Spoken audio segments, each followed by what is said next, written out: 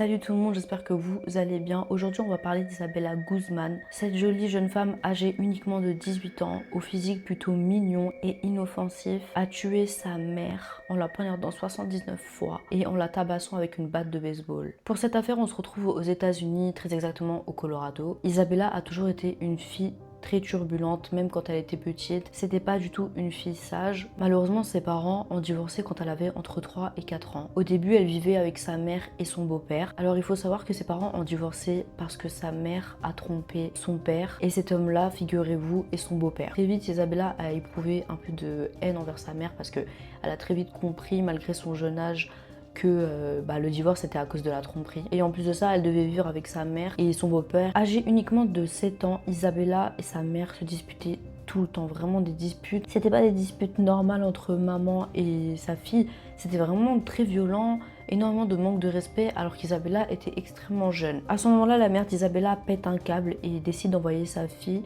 de 7 ans chez son père. Donc Robert Guzman, son père biologique, avait une petite amie à ce moment-là. Il faut savoir que du coup la belle-mère d'Isabella ne pouvait pas se la voir. Vraiment, elle n'aimait pas sa belle-fille et elle a très vite fait comprendre à Robert qu'elle voulait plus de sa fille, qu'il fallait qu'elle retourne chez sa mère. C'est ce qui s'est passé. Encore une fois, Isabella a été comme une balle de ping-pong entre les deux. Elle est retournée chez sa mère. Déjà, dans un premier temps, pour une jeune fille, enfin une enfant de 7 ans, qui n'a pas d'équilibre, ça peut être compliqué, surtout après un divorce. Et en plus, tu as la capacité de comprendre que tes parents ont divorcé parce que ta maman a trompé ton papa et le mec avec qui elle a trompé, c'est ton beau-père, tu dois vivre avec. Ça crée un climat familial très conflictuel.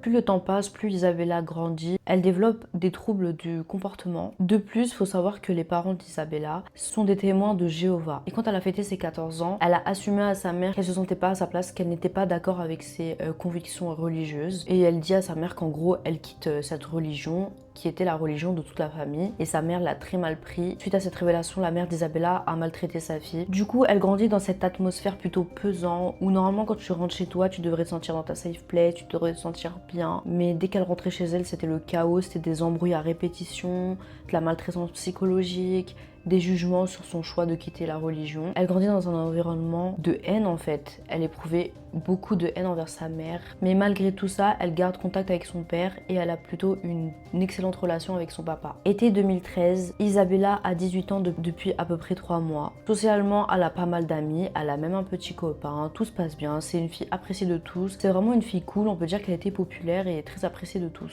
Mais parallèle à cette jeune fille populaire, elle était connue pour ne pas être sage du tout. Elle faisait beaucoup de bêtises et surtout, elle était connue pour manquer de respect à sa mère, même publiquement. Vraiment, ça l'arrêtait pas. Je sais pas vous, mais moi personnellement, si je suis en désaccord avec ma mère, déjà je préférais qu'on règle ça calmement, ou si ça, voilà, on s'énerve, ce qui est humain et normal. Je vais jamais venir mal parler à ma mère, et encore moins en public devant des gens. Alors qu'Isabella, vraiment, elle pouvait être violente verbalement et physiquement, même dans la rue ou dans un centre commercial. Bref, elle était littéralement capable d'afficher sa maman comme ça devant le monde en fait, sur la place publique. Enfin bref, comme je vous ai dit, nous sommes en été 2013 et Isabella et sa mère partent en vacances. Là on se dit, oh là là trop bien, elles vont peut-être tisser des liens, elles vont peut-être se rabibocher, etc.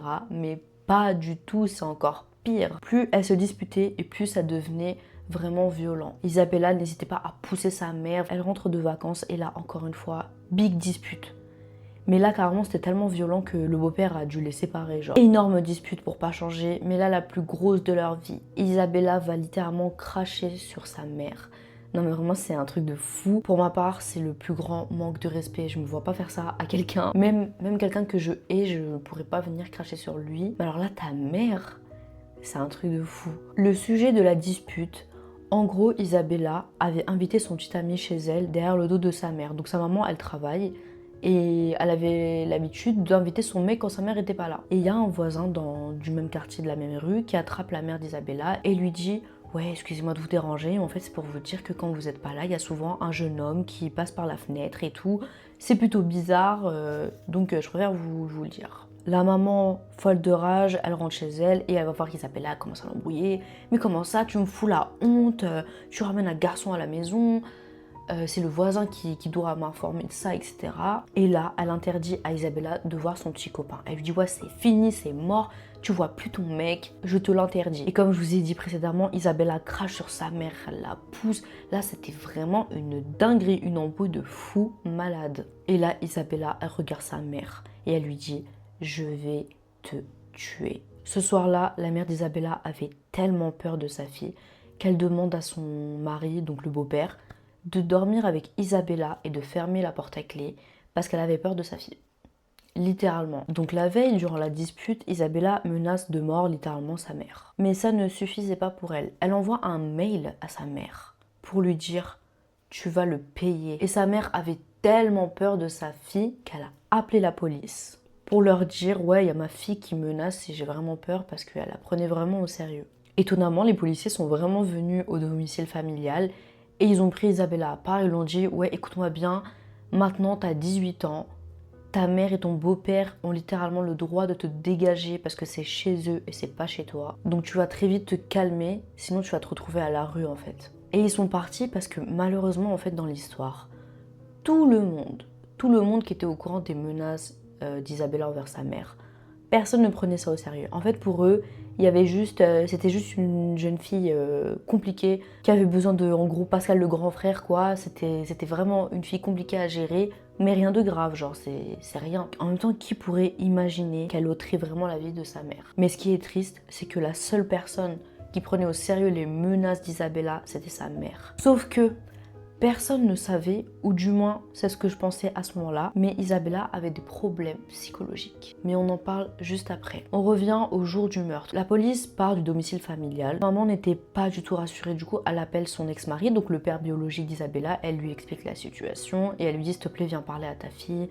Toi qui t'entends bien avec elle, viens la raisonner s'il te plaît. Le père d'Isabella vient et dit à sa fille, je sais que tu lui en veux parce que ta mère m'a trompée et tout, mais sache que moi, en gros, il lui dit que lui, ça y est, il s'en fout et que ça reste sa mère, qu'elle lui doit le respect et obéissance à ses parents et qu'il faudrait qu'elle se calme, que tout va bien se passer, il faut qu'elle mette sa rancune de côté, que c'est bon, genre le passé c'est le passé. Et il lui dit, s'il te plaît ma fille, si toi tu veux pas le faire pour toi, fais-le pour moi en gros. Bref, ils étaient posés entre père et fille tranquillement devant la maison, ils parlaient. Il aperçoit que sa fille, bon, elle a compris, elle s'est calmée, tout va bien, mais pas du tout.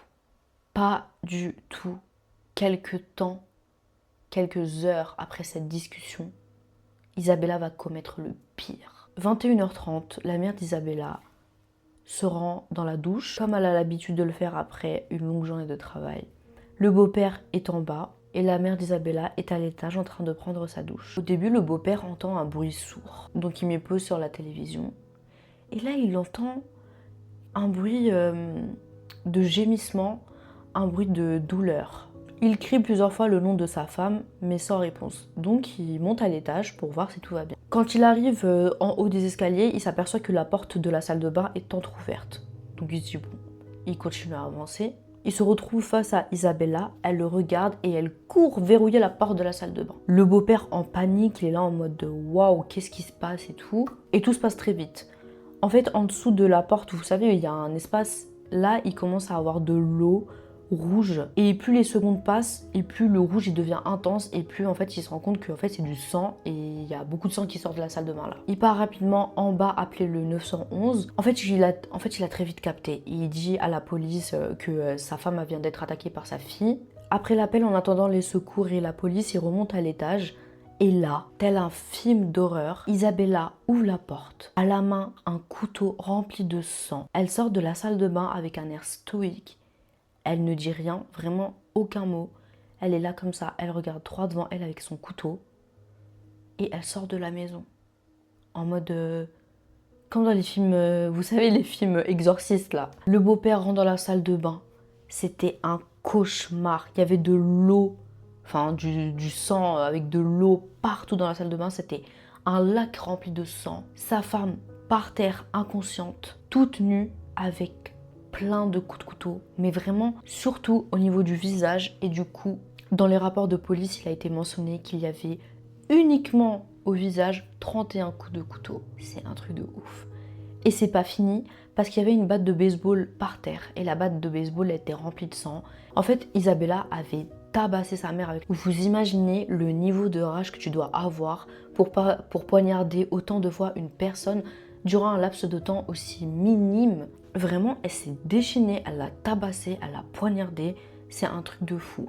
Le beau-père essaye coûte que coûte de la réanimer, donc il lui fait un massage cardiaque et tout. Mais malheureusement, la maman était décédée. La police arrive sur place, ils prennent la déposition du mari et là très vite il y a un avis de recherche qui se fait. Isabella est recherchée de partout. Alors Isabella était partie se cacher dans un supermarché. Et là j'ai pas compris, vraiment j'ai pas compris. Elle va voir une caissière et elle lui dit oh là là faut que tu m'aides, je viens de me faire agresser et ils sont en train de me poursuivre les agresseurs et tout. Donc la caissière et ses collègues les caissiers, ils viennent et lui disent bah écoute on va appeler la police. Et là Isabella elle dit non non non faut surtout pas appeler la police, ils vont me retrouver et tout.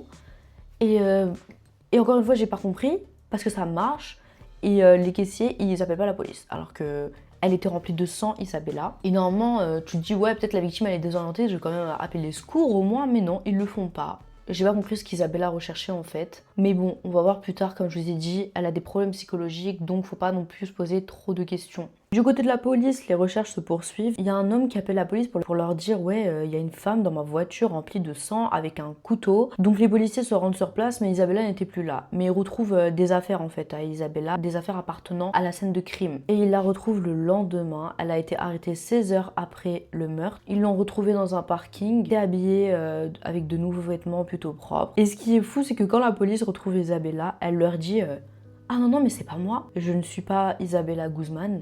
Cette jeune femme me ressemble beaucoup. Bref, la police l'interroge et elle continue à nier son identité. Les policiers vont lui montrer plein de photos d'elle et elle va dire « Ah mais cette jeune femme est très jolie, vraiment, mais elle me ressemble beaucoup, mais c'est pas moi. » Elle est accusée de meurtre premier degré et de crimes violents. Et vu qu'elle avait 18 ans, la peine de mort était imaginable. Lors du procès, Isabella plaide non coupable. En fait, littéralement, elle joue la carte de la folie. Elle dit qu'en gros, elle entend des voix, que quand elle a tué sa mère, pour elle c'était pas sa mère, c'était une femme du nom de Cécile et qu'il fallait qu'elle la tue parce qu'elle allait détruire le monde. Oui oui, elle dit littéralement ça au procès et figurez-vous que ça marche. Faut savoir que c'est extrêmement rare d'obtenir le plaidoyer de folie et Isabella l'a obtenu. Donc Isabella était bien atteinte de schizophrénie et elle avait des épisodes de folie. Elle entendait des voix dans sa tête et pouvait avoir des hallucinations. Elle a été internée au Colorado pour une période indéterminée. Le juge avait dit que c'était le temps qu'elle ne soit plus un danger pour elle-même et pour autrui. Je suis très mitigée dans cette histoire. Il y a un côté de moi qui se dit quand même, c'est des médecins qui ont diagnostiqué sa maladie. Je vais pas avoir la prétention de dire que oui ou non elle était vraiment malade. Mais je voulais en parler avec vous parce que il y a des incohérences dans cette histoire et du coup ça me fait douter et dans ce monde tout est possible. Je vais vous partager mes opinions et vous me direz dans les commentaires ce que vous en pensez. Il est mentionné dans le dossier d'Isabella Guzman que lorsqu'elle était plus jeune, le médecin de famille aurait diagnostiqué déjà la schizophrénie chez elle, mais qu'elle n'a jamais eu de traitement. Déjà ça c'est trop bizarre. Quand t'es schizophrène, tu dois être suivi. Est-ce que c'est une négligence de la part de ses parents? Est-ce qu'il y a une faille dans le dossier médical? Je ne sais pas. Deuxièmement, comme je vous ai dit lors du procès, elle a dit qu'en gros, quand elle a tué sa mère, elle croyait que c'était Cécile, rappelez-vous là. Je vous rappelle que quelques heures avant le meurtre, Isabella, déjà la veille du meurtre, après l'embrouille, elle a craché sur sa mère, elle lui a dit qu'elle allait la tuer. Demain, le jour du meurtre, Isabella envoyait un mail à sa mère où elle lui dit tu vas le payer. Donc là on comprend très bien qu'elle parle de toutes ces années de maltraitance psychologique et physique qu'elle a reçue de la part de sa mère, ainsi que la tromperie. Donc là on voit très bien qu'Isabella savait très bien ce qu'elle faisait. Elle voulait faire payer sa mère pour le mal qu'elle lui a fait. Et on a la preuve avec ce mail. Donc avec ce mail on peut voir que c'est un acte prémédité. Donc est-ce que, la question que je me pose, est-ce qu'elle a fait ça pour se venger parce qu'elle avait trop la haine envers sa mère, ou est-ce que vraiment c'était sous la folie? Ils auraient pu la mettre en prison et ils auraient pu la condamner à mort. Mais avec les médecins, ils savent qu'elle est malade psychologiquement.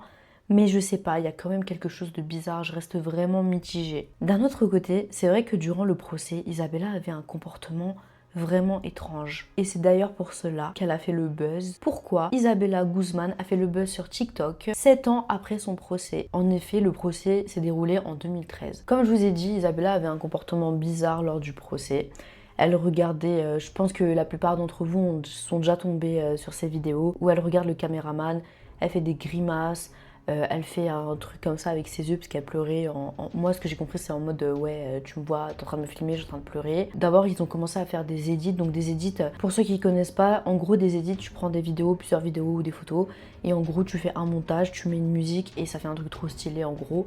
Et ils ont commencé à faire des edits d'Isabella avec la musique Sweet and Psycho. Il y a eu des challenges. En gros, il y a des filles qui lui ressemblaient un peu.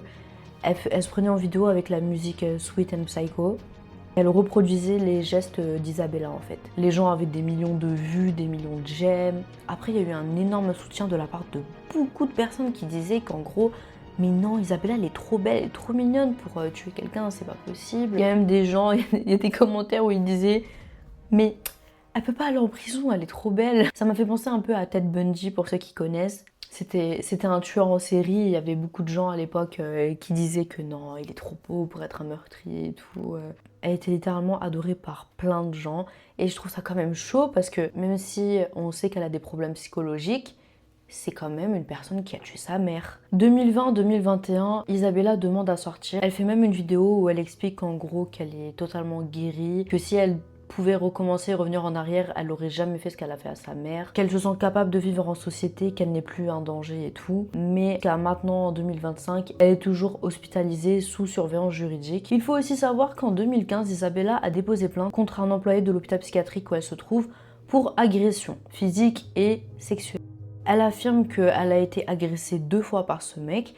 Et il faut savoir qu'en faisant mes recherches, j'ai découvert que dans cet institut, c'était un peu le bordel. En gros, dites-vous, il y avait un mec qui était interné là-bas pour problèmes psychologiques, c'était aussi un meurtrier. Et il y a eu un homicide involontaire. En gros, ils ont enfermé ce monsieur attaché sur le ventre dans une pièce pour qu'il se calme.